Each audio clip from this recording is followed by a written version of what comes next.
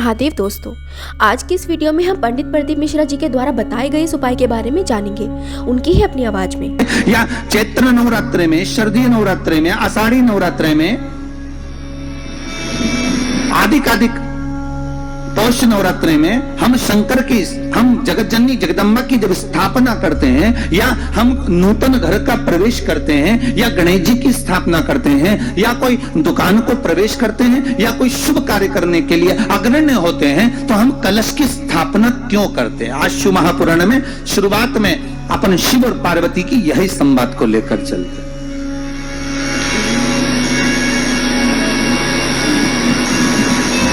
आखिर कलश में ऐसा क्या है?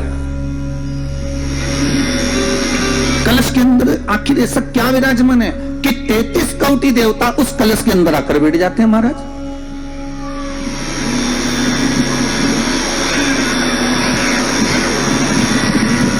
आप कोई यज्ञ करने जा रहे हो, आप कोई पोथी पुराण करने जा रहे हो, आप कोई अच्छा कार्य करने जा रहे हो, तो ब्राह्मण देवता कह देते कलश की स्थापना होगी, कलश की शोभा यात्रा निकलेगी, कलश यात्रा निकलेगी, कलश विराजमान होगा। और आज हर की पौड़ी पर, प्रयागराज में, या उज्जैनी में, नासिक में जो बड़े बड़े कुंभ के मेले होते, कुंभ का मतलब भी तो कलश से होता, उसकी महत्वता क्यों है? उस कुंभ की, उस घड़े की महत्वता कहां से प्रकट हो गई? शिव महापुराण की कथा कहती है महाराज, भगवान ओघड़दानी शंकर स्वयं आद्य शक्ति जगदम्बा से कहते हैं कि जगदम्बा तू क्या चाहती है बोल। तो जगत जननी जगदम्बा कहती है कि जहां मैं हूं वहां शंकर है, ये आपने कह दिया, पर जहां शंकर है वहां पार्वती का होना जरूरी है। उसके लिए सिद्ध करने के लिए एक स्थान ऐसा बनाया जाए जहां पर शंकर विराजमान है और शंकर के साथ पार्वती विराजमान है। तो शिव जी ने कहा, पार्वती उसके लिए मैं तुझे एक सुंदर कलश का निर्माण कर देता हूं। दुनिया का रचनाकार, दुनिया की रचना करने वाले महाराज, संपूर्ण ब्रह्मांड की रचना करने वाले, जिनको भगवान शिव ने स्वयं ब्रह्मदेव से कहा है कि ब्रह्मा जी तुम सृष्टि खंड को आगे बढ़ाइए, सृष्टि की रचना करिए। और आज ही के दिन, यही क्षेत्रीय प्रतिपदा के दिन, यही इसको कहते हैं नया संवत्सर, नया वर्ष। हिंदू धर्म में क्यों कहा जाता है? आज ही के दिन ब्रह्मा जी ने महाराज सृष्टि की रचना करना प्रारंभ करा था। आज ही के दिन भगवान शिव और ब्रह्मा का संवाद हुआ था। सीधे भगवान शंकर ब्रह्मदेव के पास जाकर बोले थे, हे ब्रह्मदेव आप सृष्टि की रचना करिए। तो ब्रह्मा जी ने पूछा था, सारे नक्षत्र आपने बनाए, सारे दिन आपने बनाए, सारी घड़ियां आपने बनाई, सारा पल आपने बनाया, मनुष्य की श्वास गिनती, काउंटिंग, अर्थात मनुष्य के शरीर की रोमावली, ये सब आपने निश्चित करी है। और नवरात्रि में भी देवी की आराधना का एक स्मरण का सुख है महाराज। ज्योत का विधान है, नवरात्रि में देवी की ज्योत लगती है, अखंड ज्योति लगती है, जवारे बुआए जाते हैं, कलश लगता है। ज्योत का भी विधान है। जिसके यहाँ दिया अखंड जलाया जाता है, अगर वो दिए की लो, दिए की बाती अगर दक्षिण दिशा की होती है तो उसके घर में साल भर में एक घात जरूर होती है।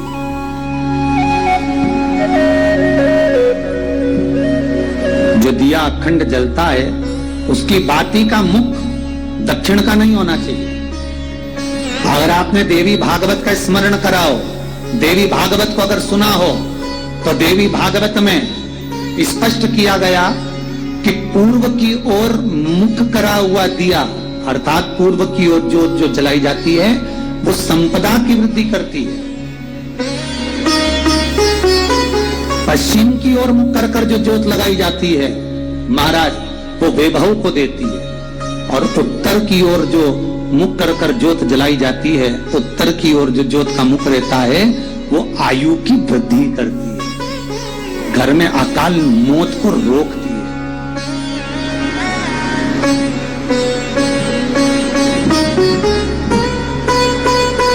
सूर्य का जो भाव तत्व है उसको भी अच्छे से समझ लेना। दक्षिण की ओर जोत ना लगाएं। अगर आपको लगाना है पूरब की लगाएं, पश्चिम की लगाएं या उत्तर की लगाएं। और जितने दिन महारानी जगदम्बा जगत धात्री दुर्गा भवानी, अब की बार माता जी घोड़े पर आई है। हर बार देवी बदल बदल के आती है, इस बार जो नवरात्रे आए वो घोड़े के आए। तो घोड़े पर जो देवी जी आती है वो समृद्धि को देने वाली आती है, लक्ष्मी की वृद्धि करने वाली आती है। जैसी घोड़े की रफ्तार होती है उस रफ्तार से लक्ष्मी घर में आती है, लक्ष्मी की वृद्धि करने वाली आती है। जैसी घोड़े की रफ्तार होती है उस रफ्तार से लक्ष्मी घर में आती है। तो ये मत सोचना कि कोरोना महामारी ने हमको नीचे गिरा दिया या कोरोना महामारी ने रोक दिया, कमाई के स्रोत रोक दिए, धन रोक दिया।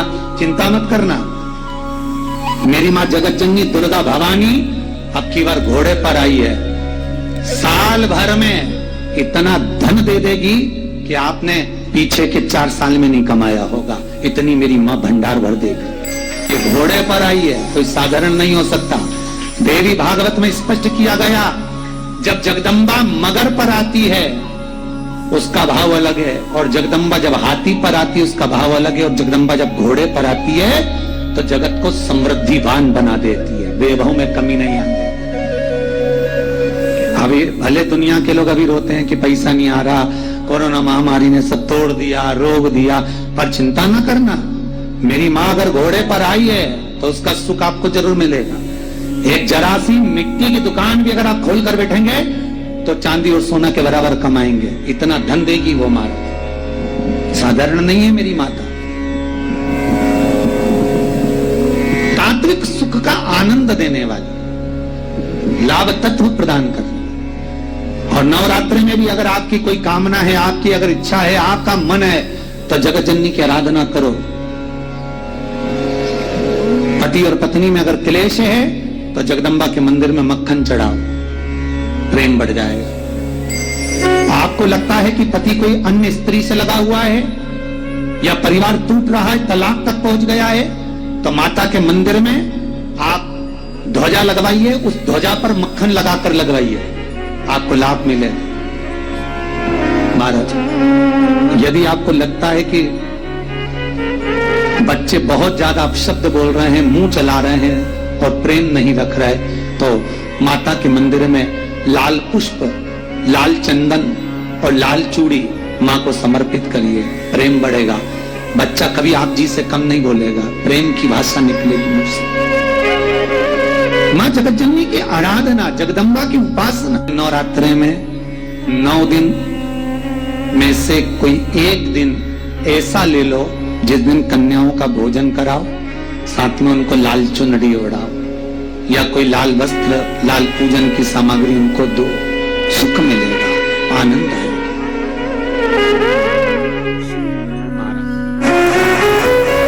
और एक लोटा जल जैसे महादेव को चढ़ाने के लिए जाती है, महादेव समझ जाते हैं इसने फोन लगा दिया महादेव को, और महादेव को फोन पहुंच गया तो महादेव ने डमरू खड़काया। जो डमरू खड़काया तो यमराज भी कहने लगे, आप व्हाइट कलर की टवेरा लेकर पहुंचो, मैं ब्लैक कलर की स्कॉर्पियो वापस ले जाता हूं। महादेव आप नंदी को लेकर पहुंचो, मैं इस काय पे बैठता है? अरे बोलो बोलो यमराज, भैंसे पर इस ब्लैक कलर की स्कॉर्पियो को मिलेगा। और अंत समय प्रभु वचन दिया तो निभाना पड़ेगा, आए ना आए प्रभु कुटुंब कबीरा, अंत समय प्रभु आना पड़ेगा, ओ वचन दिया तो निभाना पड़ेगा, वो वचन दिया तो निभाना पड़ेगा। अंत समय में वो आकर खड़ा हो जाता है। नवनिधि शिव महापुराण की कथा कर रही है। आपके भीतर का विश्वास जागृत करिए। जिस दिन आपके मन में आ गया कि एक लोटा जल चढ़ाने से होता क्या है, जिस दिन आपके भीतर आ गया कि एक बेलपत्र चढ़ाने से होता क्या है। किसी ने एक मैसेज करा था, उसमें लिखा था हमारे दिल्ली में ना तो समी का पत्ता मिल पाता है, ना बेलपत्र मिल पाता है, हम शंकर जी को क्या चढ़ाएं। हमने उनको मैसेज में खबर करवाई कि आशीष उनको लिखकर भेज दीजिए, आपने बस दिल से अगर एक लोटा जल चढ़ाते समय महादेव का स्पर्श करते हुए कह दिया बाबा मैं बेलपत्र चढ़ा रही हूं, मैं शमी पत्र चढ़ा रही हूं, बाबा ने उसको स्वीकार कर लिया। आपके दिल में आया तो सही, आपके हृदय में यह भाव आया तो सही कि मैं बेलपत्र कैसे चढ़ाऊं, मेरी दिल्ली में नहीं मिल रहा, समी पत्ता नहीं मिल रहा, मुंबई में समी पत्र नहीं मिल रहा, मुंबई में बेलपत्र नहीं मिल रहा, मैं बाबा को चढ़ाऊं तो चढ़ाऊं कैसे। बाबा नहीं कहता कि तुम बेलपत्र चढ़ाने के लिए आओ, बाबा नहीं कहता कि तुम समी पत्र चढ़ाने के लिए आओ, बाबा तो कहता है एक बार मेरे सामने आकर बैठ जा, बस मेरे पास आकर बैठे और मुझे कुछ भी नहीं देगी। रोज कुएं से पानी भरना, शिव जी को चढ़ाना, जल पीना, साधु संत यही क्रम पूजन पाठला करते। उसी कुएं में एक मेंढक रहता था, वो संतों का सानिध्य करता, रोज संतों का दर्शन करता, संतों का प्रवचन सुनता। एक दिन संत ऋषिजन गुरुजन आते, साधुजन आते, उसके पहले एक सांप पानी में, बहुत जहरीला सांप पानी में गिर गया, मर गया। उसका जो विष था वो पानी में उसने उगल दिया। मेंढक ने देख लिया कि इसमें सांप गया है और वो सांप ने विष उगल दिया। अब मेंढक करे तो करे क्या, उसने इंतजार करा कि संत आएंगे तब उनके सामने मैं पानी में गिर जाऊंगा तो संत कम से कम इस पानी को लेकर नहीं जाएंगे। संत जैसे ही आए, साधुजन जैसे ही आए, मेंढक पानी में कूद गया तो जहर का पानी था, उसमें मेंढक मर गया, शरीर नीला पड़ गया। संतों ने कहा इस पानी में मेंढक पड़ा है और पड़ते से ही मर गया है। थोड़ी देर बाद संतों ने उस मेंढक को बाहर निकाला तो देखा कि वो मेंढक नीला पड़ गया था जहर के कारण,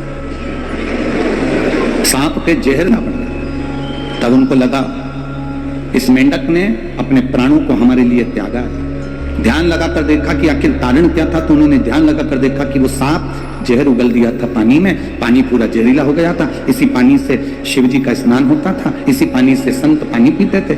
मेंढक ने हमारे लिए प्राणों को त्यागा। संतों ने मेंढक के ऊपर अपना हाथ की छत्र छाया कर, और मेंढक के ऊपर छत्र छाया कर कहा इस मेंढक को जीवित होना। हमारा तप बल, हमने जो पूजन सेवा अर्चना करी उसका बल सामने आया, मेंढक जीवित। मेंढक तो संतों ने उसको मनुष्य की वाणी दे दी। मेंढक मनुष्य वाणी में बोलता है, पानी में जहर गिर गया था इसलिए मैं उसमें जाकर अपने प्राणों को त्याग दिया, मुझे क्षमा करना। आप जो जहर का पानी शंकर जी को चढ़ाते मुझे अच्छा नहीं लगता, ये जहरीला पानी आप भगवान को चढ़ाएं, ये हमें अच्छा नहीं लगेगा। आप लोगों को मालूम होगा इस व्यासपीठ से कई जगह पर हम लोगों ने कहा निर्माल्य विसर्जन की गाड़ियां चलाओ, निर्माल्य विसर्जन की गाड़ियां चलाओ, जिससे नदी, तालाब, बावड़ी, कुएं शुद्ध हो। हम जो निर्माल्य अपने घर में बचता है, जो फूल पत्ती बचती है, उसको पानी में डाल देते हैं, पानी दूषित होता चले जाता है। पानी दूषित होता चले जाता है तो वो पानी हम भगवान को कैसे चढ़ाएं, क्योंकि वो जहरीला बनते चले जाता है, उसका आचरण कैसे कर सकते।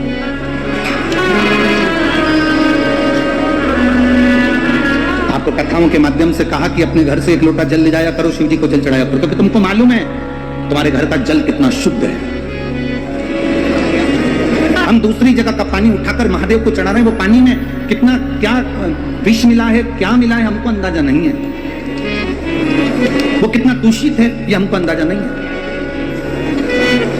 आप में से कोई माता ऐसी है जो भगवान को दूषित जल देती होगी, बेकार पानी देती होगी, कहीं खड्डे का गंदा पानी भरकर चढ़ा देती होगी? कोई नहीं है ना। सब अपने घर से पानी भरकर लेकर जाते हैं, जो पानी वो पीते हैं वो पानी लेकर जाते हैं, जो पानी वो स्वयं पीते हैं वो पानी महादेव को चढ़ाते हैं। पशुपतिनाथ का व्रत तो यहां तक कहता है कि बाजार से मिठाई लाकर पशुपति व्रत नहीं किया जाता। बोलो सही है कि गलत है? घर में खीर बना लो, घर में सीरा बना लो, हलवा बना लो, घर में मीठा चावल बना लो, घर में तुम जो बनाना हो बनाओ, पर घर में बनाओ। इतना शिव जी की पूजन में शुद्धता का ध्यान स्मरण रहता है। तो हम कहते हैं कि घर से जल लेकर जाओ। जैसे मेंढक ने कहा पानी अशुद्ध हो गया था, उसको शुद्ध कैसे करें, इसलिए मैंने प्राण किया। आप जब निर्माल्य विसर्जन के लिए वाहन चलाते हैं, रथ चलाते हैं, गाड़ियां चलाते हैं, तो समय पर आप नदी को, तालाब को, बावड़ी को शुद्ध कर रहे हैं और वो पानी शिव जी को चढ़ता है, तो उसकी पवित्रता का फल हमको भी हमारे खाते में जाता है और हमारी जिंदगी सार्थक होती है। अब मनुष्य की वाणी मिल गई। संतों ने कहा तुमने हमारे प्राण बचाए हैं, महादेव की सेवा के लिए तुमने जल को बचाया, मांगो तुम्हें क्या चाहिए। उस मेंढक ने हाथ जोड़कर कहा मैं क्या मांगू, बस आपका दर्शन हो गया, इससे बढ़कर और क्या चाहिए, इससे बढ़कर और क्या चाहिए। आप अपना घर छोड़ छोड़कर दूर दूर से आके यहाँ धूलिया नगर में शिव महापुराण की कथा सुन रहे हो। कोई नासिक में कथा होगी तो कथा सुनने के लिए नासिक वाले वहां पूछेंगे मां गोदावरी के तट पर कुंभ का जहां मेला भराता है पंचवटी में, जिस नासिक में साधु संत सन्यासी तपस्वी साधक उपासक 33 कोटि देवी देवता, जिस नासिक में, जिस पंचवटी में स्वयं राम गोदावरी का स्नान करने के लिए तरसते हैं, ऐसी पंचवटी में हमें शिव पुराण की कथा गंगा रूपी मिल जाए, इससे बढ़कर और क्या चाहिए। संत की दृष्टि पड़ जाए, उससे ज्यादा सुख और क्या चाहिए।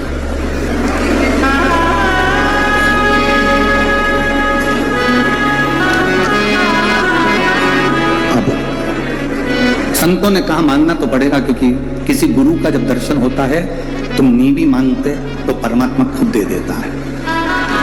असली गुरु का यदि दर्शन हुआ है, असली गुरु का यदि दर्शन करा है, तुम नी भी मांगोगे तो भी वो दे देगा। आप ना मांगे तो भी वो दे देगा। किसी सतगुरु का यदि दर्शन हो, उस समय पर यदि आप हाथ जोड़कर भी अपने दिल की बात केवल गुरु को, सतगुरु अगर है, कोई छल नहीं, कोई दिखावा नहीं, कोई प्रपंच नहीं, कोई ढोंग नहीं, सतगुरु अगर कोई है, उसको देखकर आपने हाथ जोड़कर भी प्रार्थना कर कर कह दिया, निवेदन कर लिया, खाली ना जाता कोई दर से तुम्हारे, खाली न जाता कोई दर से तुम्हारे, मैं भी खड़ा हूँ नदी बाहर अपने लगा लो गिरा जा रहा हो, उठा दो। असली गुरु का यदि दर्शन हो जाए और आपने हाथ जोड़ बाबा से प्रार्थना भी कर ली तो बाबा दे दे। मेंढक के मन की बात संतों ने पूछी, मेंढक आखिरी में बोला, आखिरी में बोला मुझे पार्वती जैसा सुंदर बना दो और मेरा विवाह उस व्यक्ति से हो जो शंकर की आराधना में लीन रहता है।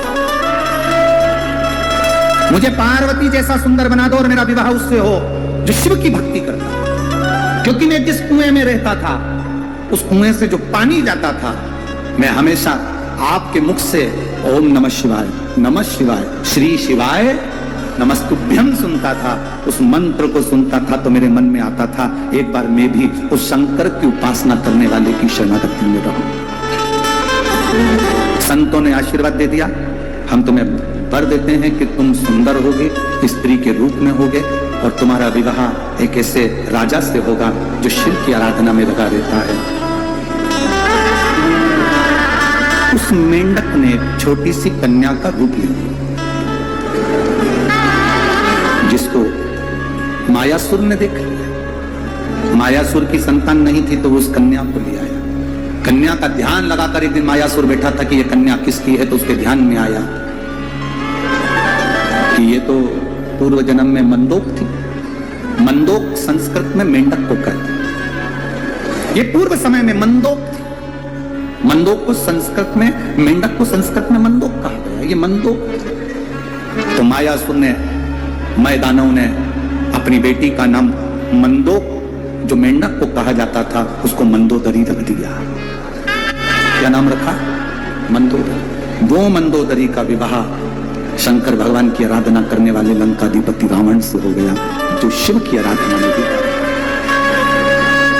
जो शिव की भक्ति में डूबा हुआ। भगवान शंकर की आराधना में जो हर पल, हर घड़ी, हर क्षण निश्चित रूप से डूबा रहता है, वो शिव की आराधना करने वाले से इसका विवाह।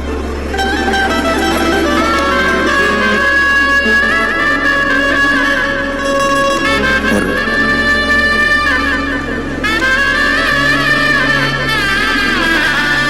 रावण की भक्ति थी। मंदोदरी कई बार रावण को समझाती थी कि तुम शंकर की आराधना करते हो, तुम समझो नहीं।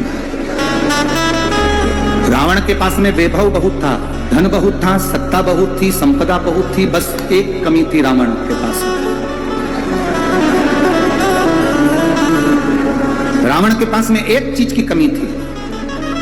क्या कमी थी रावण के पास में? उसको ज्ञान देने वाले अच्छे नहीं थे।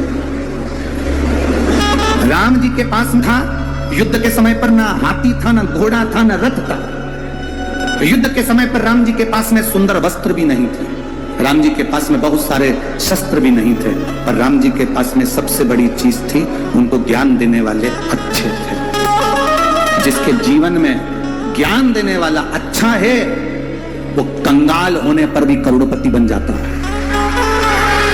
और जिसके पास में ज्ञान देने वाले श्रेष्ठ नहीं है, वो करोड़पति होकर भी रोड पर रह जाता है। रावण करोड़पति था, धनपति था, सत्तापति था, संतान, वैभव सब कुछ था, पर रावण के पास में ज्ञान देने वाले नहीं थे। जब रावण ने पूछा सभा में बैठकर, राम जी सेना लेकर आ रहे हैं बंदरों की, मेरे सभासद, मुझे ज्ञान देने वाले जितने भी बैठे थे विद्वान, उनसे पूछा मेरे लिए आज्ञा करो कि राम सेना लेकर आ रहे हैं तो क्या करना पड़ेगा। तो इतने में जितने बैठे थे ज्ञान देने वाले वो सब खड़े हो गए। उन्होंने कहा आन दो, ऐसे एरे तेरे बंदरों को तो अपन सब निचोड़ के खा जाएंगे। ज्ञान देने वालों को ज्ञान देना था कि राम जी के पास में एक दूत भेजिए और बुलाओ, सीता वापिस करो। ये गलत है किसी की स्त्री को अपने यहाँ रखना। पर ज्ञान देने वालों ने ज्ञान नहीं दिया, उल्टा रावण को भड़का दिया। कई लोग ऐसे होते हैं, जब बहुत विषम परिस्थिति होती है राजनीतिक उठापटक में या प्रशासनिक उठापटक में, लोग बहुत सारे ज्ञान देने आ जाते हैं। अरे वो तुम्हारे लिए ऐसा बोल रहा था, वो तुम्हारे लिए वैसा बोल रहा था, उसने ऐसा कर दिया, उसने वैसा कर दिया। उफान मत लाना दूध में, रत्ती भर का भी। जितनी नम्रता से जिंदगी जी सकते हो उतनी नम्रता से चलना। रावण को ज्ञान देने वाले श्रेष्ठ नहीं थे, इसलिए रावण का पूरा कुल डूब गया। राम जी के पास में ज्ञान देने वाले थे। उन्होंने पूछा कि समुद्र रास्ता नहीं दे रहा, क्या करें? तो किसी ने कहा कि एक काम करो, समुद्र के लिए बांध छोड़ देते हैं। भगवान इतने में जामवंत बोला, इतने में हनुमान जी बोले क्यों थो छोड़ना, बांध छोड़ेंगे समुद्र के जीव मर जाएंगे, रहने दो। शंकर जी की पूजन करते हैं, शंकर जी जो आज्ञा देंगे वो करेंगे। शिव जी की स्थापना करी, रामेश्वर धाम की स्थापना करी, पूजन चालू करी। पूजन करिए तो भगवान शंकर ने ज्ञान दिया, तुम्हारे पास में नल नील हैं, राम नाम लिख के पत्थर फेंकेंगे, वो तैर जाएंगे, पार उतर जाओगे। सहज शिव की आराधना में डूबकर ज्ञान देने वाले अच्छे होंगे तो तुम्हारा रास्ता सुलभ होगा। आज जैसे पूरे विश्व में, पूरे संसार में, भारत की भूमि पर ही नहीं, देश विदेश में हमें सुनकर बड़ी प्रसन्नता होती है कि विदेशों में भी पहले शंकर जी के मंदिर नहीं थे, पर अब विदेशों में भी जहां जहां राम और कृष्ण के मंदिर है, वहां शिव जी की स्थापना होगी। जब कोई श्रेष्ठ ज्ञान देने वाला मिल जाए और तुम समझ गए कि शंकर जी को जल चढ़ाने का लाभ क्या है, शंकर जी को प्रसन्न करने का लाभ क्या है, शंकर जी को भजन करने का लाभ क्या है, शिव जी को एक बेलपत्र चढ़ाने का फल क्या है, शंकर जी को एक शमीपत्र चढ़ाने का फल क्या है, शंकर जी को एक शहद की बिंदी रखने का फल क्या है, लक्ष्मी जी को एक शहद का एक बिंदी का भोग लगाने का फल क्या है। जिस दिन तुम समझ गए कि बेलपत्र के वृक्ष के छाया में अगर भगवान का नाम लिया जाए तो उसका फल क्या है, बेलपत्र के नीचे दिया लगाया जाए तो उसका फल क्या है, बेलपत्र की मिट्टी से स्नान किया जाए तो उसका फल क्या है, जिस दिन तुम समझ गए उस दिन तुम भटकना छोड़ दोगे, तुम फिर कहीं नहीं जाओगे। बोल बम का नारा है, बाबा एक। मंदोदरी ने, जो वो मेंढक ने वर मांगा था, मुझे पति मिले शिव की आराधना करने वाला।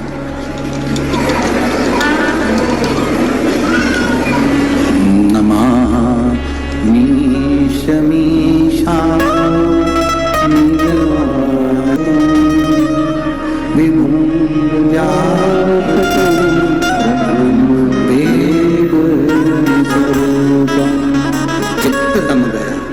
मंदोदरी का स्मरण शून्य।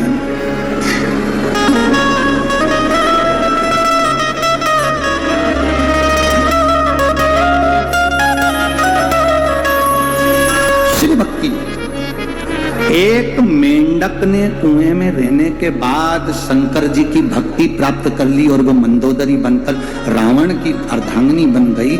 शिव महापुराण जब चालू करी थी धूलिया में, तो एक बात कही थी आपको कि यहाँ जितने कथा सुनने के लिए बैठे हैं और जितने टीवी के सामने मोबाइल पर कथा सुन रहे हैं, शंकर भगवान के तुम पुराने कोई परिचित हो गए, इसलिए तुम्हें शंकर भगवान पकड़ कर बुलाया, नहीं तो शिव बुलाता ही नहीं।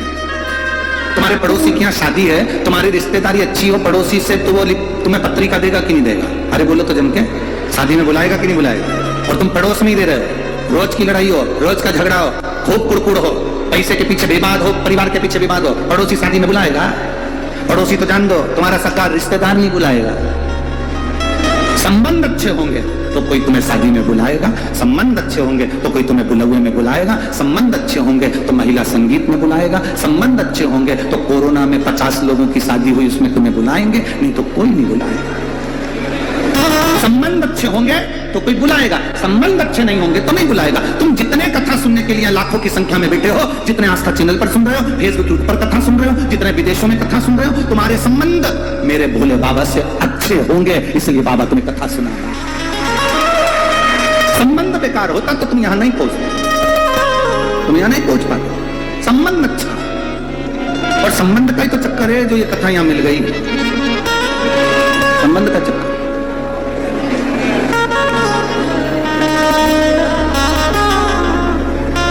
और मेरी प्रीत न टूटेगी भोले बाबा से, मेरी प्रीत न टूटेगी भोले बाबा से। ये आपकी तरफ से होना चाहिए कि मेरी प्रीत मेरे शंभू से नहीं टूटेगी। कोई रोक के बताए, कोई रोक के बताए, कोई रोक के बताए, कोई रोक के बताए। तुम्हारे गांव के लोग, तुम्हारे नगर के लोग, तुम्हारी कॉलोनी के लोग, तुम्हारी सोसाइटी के लोग, तुम्हारे मोहल्ले के, तुम्हारे गांव के, तुम्हारे शहर के लोग तुम्हारे मंदिर जाने से अगर कोई रोक के बता दे तो उस जगह पर तुम्हें खड़ी होकर कहना, कोई रोक के बताए, कोई रोक के बताए, अभी पालानी पर सिवरवाने से, अभी पालानी पर भोले बाबा से। अभी संबंध हमारे पाले नहीं पड़े शंकर जी से, जब जब पाला पड़ जाएगा शिव से तब मालूम पड़ेगा कि शिव भक्ति का फल क्या। एक पत्र आया है,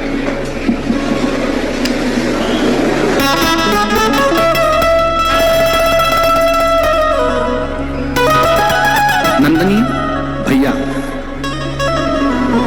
नंदनी भैया लवकर, मेरे पति का नाम है भैया शंकर लवकर। कहीं बैठी हैं, कहीं बैठे हो तो हाथ हिला सकते हैं। नंदनी भैया लवकर, मेरे पति का नाम है भैया शंकर लवकर, पता सूरत बाईपास चक्कर बर्डी रोड धुलिया। सही बोला है? ठीक है, तुम समझ गए ना? बस मोबाइल नंबर ही है, कहीं बैठी हो तो हाथ हिला सकती हूँ। मैं भगवान शिव का क्या वर्णन करूं गुरुदेव। जब मुझे डॉक्टर को दिखाने के लिए लेकर गए तो मेरे गर्भ में 2 बच्चे थे।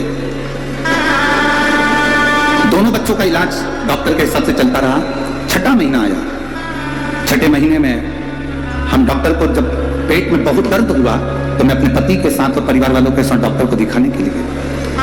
मेरे पति भी मेरे साथ में थे, परिवार के लोग मेरे साथ में थे। तो डॉक्टर को 6ठे महीने में दिखाया तो डॉक्टर ने सोनोग्राफी करी, अल्ट्रासाउंड करा। सोनोग्राफी में मालूम पड़ा कि मेरे 2 बच्चे में से एक बच्चा मर गया। मेरे एक बच्चे की जान चली गई। अब डॉक्टर ने कहा कि 6ठा महीना चल रहा है, तुम्हारा एक बच्चा मर गया है, दूसरा बच्चा भी मर सकता है और तुम्हारी भी जान जा सकती है। तुरंत ऑपरेशन करना पड़ेगा और इस बच्चे को बाहर निकालना पड़ेगा। गुरुदेव, डॉक्टर के हिसाब से 6ठे महीने में अगर दूसरा बच्चा भी होता है तो वो मरा हुआ ही होगा। एक तो इतने सालों के बाद बाबा ने संतान दी, और दूसरी बात सालों निकल गए संतान नहीं हुई, बाबा ने दी तो ऐसी दी कि मेरा पहला जो 2 बच्चे थे उसमें से एक गर्भ में मर गया। हमने डॉक्टर से पूछा, डॉक्टर साहब कोई दूसरा इलाज हो, एक बच्चा मर गया है परंतु दूसरा बच्चा तो बच जाए। डॉक्टर बोले गर्भाशय में 2 बच्चे हैं, अगर एक मर गया है तो उस बच्चे को निकालने के लिए दूसरा बच्चे को भी निकालना ही पड़ेगा, इसके सिवाय कोई चारा नहीं है और तुरंत ऑपरेशन करना पड़ेगा, क्योंकि बच्चे को मरे हुए 1 दिन पूरा हो गया, उसका जहर शरीर में फैलना चालू हो गया। गुरुदेव हम घबरा गए, वापिस घर पर आकर विचार करा कि ऑपरेशन कराएं तो कराएं कैसे, बड़ी मुश्किल से तो बाबा ने बच्चा दिया, उसमें से एक मर गया, उसका जहर फैलना चालू हो रहा है और डॉक्टर बोल रहा है माँ और बच्चे दोनों के लिए घातक है, क्या करें। तब मेरी सास ने कहा कि शिव जी का भजन करते हैं, बाबा अगर विष पी सकता है तो बाबा हमारे बच्चे के प्राण भी बचा सकता है। डॉक्टर ने कह दिया था कि अब तुम तुम्हारी जवाबदारी पर घर जा रहे हो, ये बच्चा पेट में मर चुका है, अब तुम्हारी जवाबदारी। 6ठा महीना शरीर में कष्ट बहुत था, हमें लग रहा था कि वो बच्चा मर गया तो दूसरा भी मर ही जाएगा, पर बाबा पर भरोसा।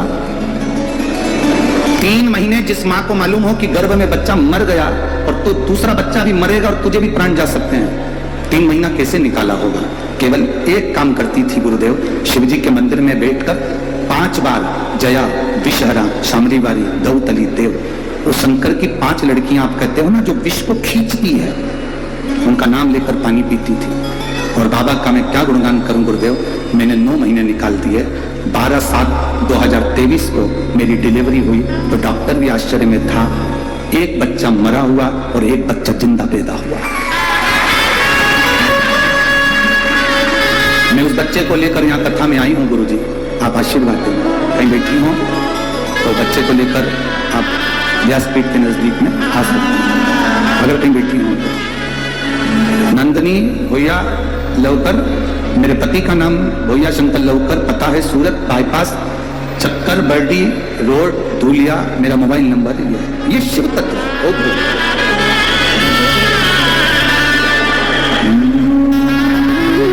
खाली न जाता कोई दर से तुम्हारे, खाली न जाता कोई दर से तुम्हारे, ने भी खड़ी हो गई बाहर बसा, अपने से लगा लो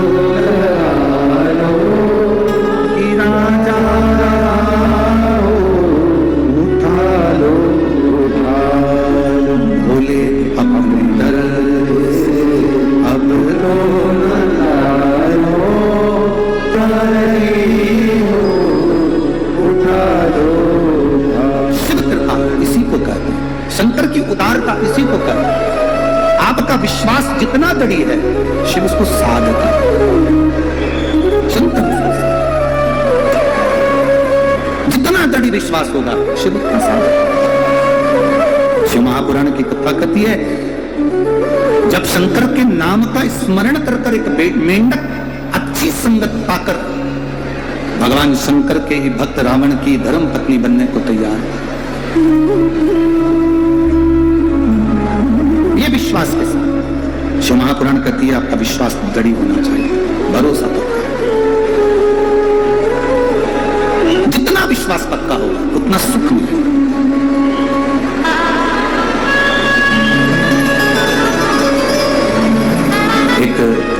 आपको अगर हमारी वीडियो अच्छी लगे तो हमारे चैनल को सब्सक्राइब करना ना भूलें।